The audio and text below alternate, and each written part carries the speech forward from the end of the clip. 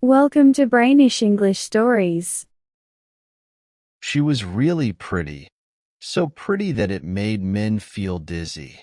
Her beauty wasn't like what we imagine angels to look like, but it was like something out of this world.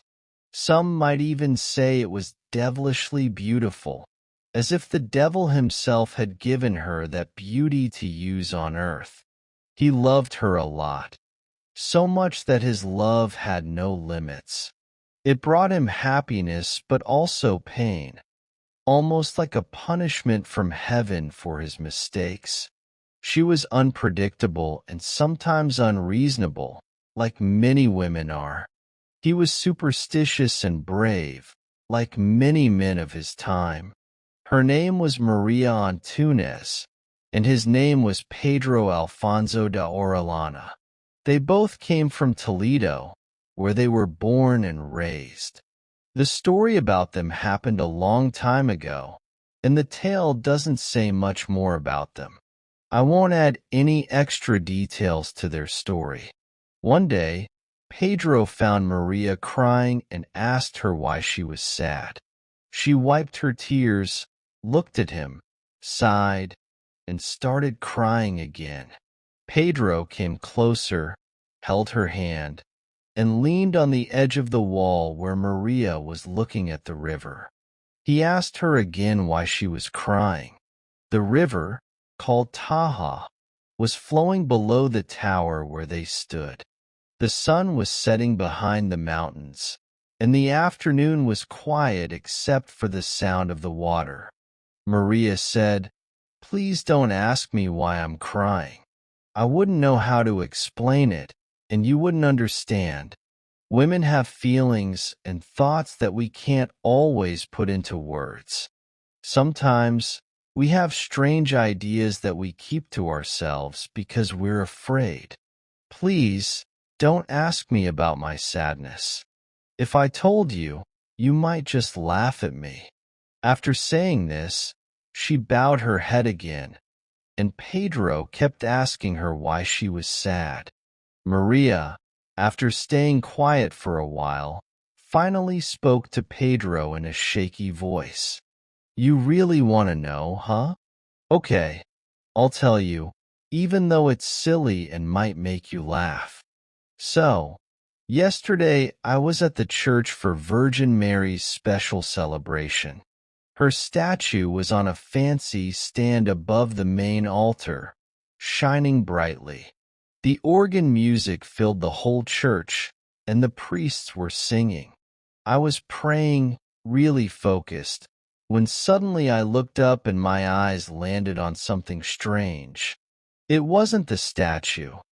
It was a golden bracelet on the arm of the statue where her son sits. I tried to look away and pray again, but I couldn't. My eyes kept going back to the bracelet. The lights in the church made the diamonds on the bracelet sparkle like crazy. It looked like millions of tiny stars swirling around. I left the church, but I couldn't stop thinking about it. I couldn't sleep all night. Even in my dreams, I saw the woman wearing the same bracelet, teasing me about it. She said it would never be mine, no matter what. It's like this idea got stuck in my head, and I can't shake it off. It feels like something the devil himself put in my mind. So, what do you think? Does my craziness make you laugh?" Pedro, gripping his sword tightly, lifted his head and said quietly, "Which virgin has this bracelet?" "The Virgin of the Sagrario," whispered Maria. "The Virgin of the Sagrario," repeated Pedro, sounding scared. "The Virgin of the Sagrario from the cathedral." Pedro's face showed how shocked he was by the idea. "Why couldn't some other virgin have it?" he said, sounding tense and passionate. "Why couldn't the archbishop wear it on his hat, or the king in his crown, or even the devil in his claws?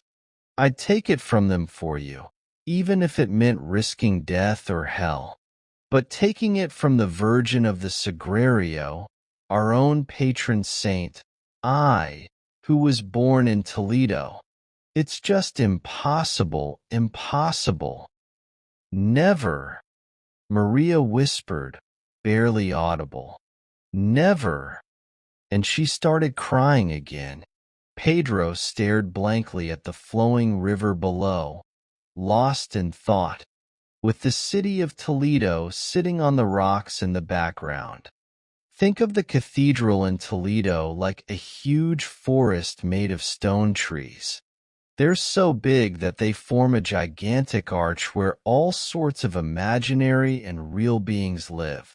Picture a mix of shadows and light inside, where the colorful light from the windows mixes with the darkness. It's a world of stone that's as big as the spirit of our religion and as mysterious as its stories. But even if you imagine all this, you still won't grasp how amazing this cathedral is. It's a timeless monument that shows how much our ancestors loved their religion, filled with treasures of knowledge, inspiration, and art. Inside the cathedral, there's silence, majesty, and a sense of mystery that keeps out worldly thoughts and distractions. Breathing the air here feels like breathing pure mountain air, and it could even cure someone of not believing in God. But the cathedral is most impressive during religious celebrations. That's when it's covered in gold and jewels, with fancy carpets on the floors and beautiful tapestries on the pillars. The 1,000 silver lamps light up, incense fills the air, and the choir's voices, the organs, and the bells make the whole building shake with their music. It's in moments like these that we can truly feel the greatness of God, who fills the cathedral with his glory. On the same day as the big celebration we talked about earlier, when the festival for Virgin Mary was ending, the cathedral was almost empty. The big crowd of people who came to celebrate had already left, and the lights inside were turned off. The heavy doors closed behind the last person leaving the church.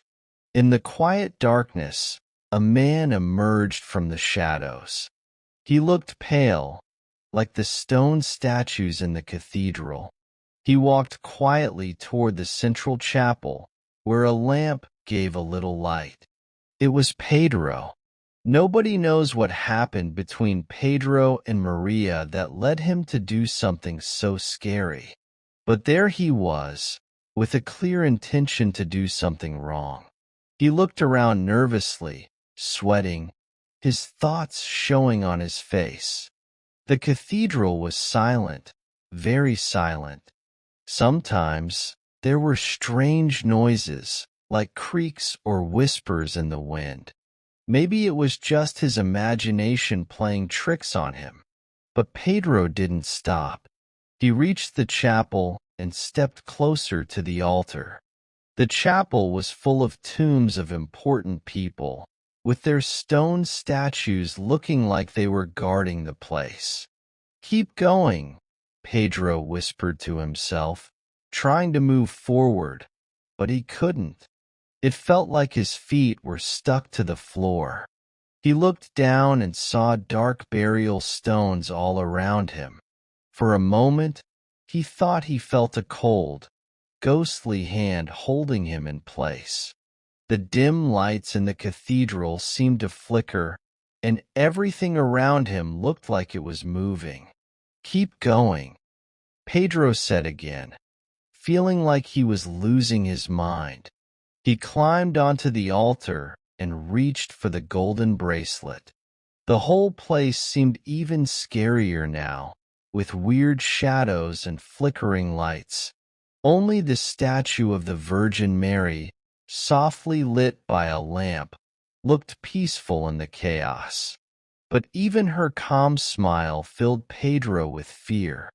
He closed his eyes tightly, grabbed the bracelet, and pulled it off. It was a valuable treasure, But he didn't feel happy. He just wanted to run away. But to do that, he had to open his eyes, and he was too scared to see what was around him. Finally, he opened his eyes and saw something terrifying.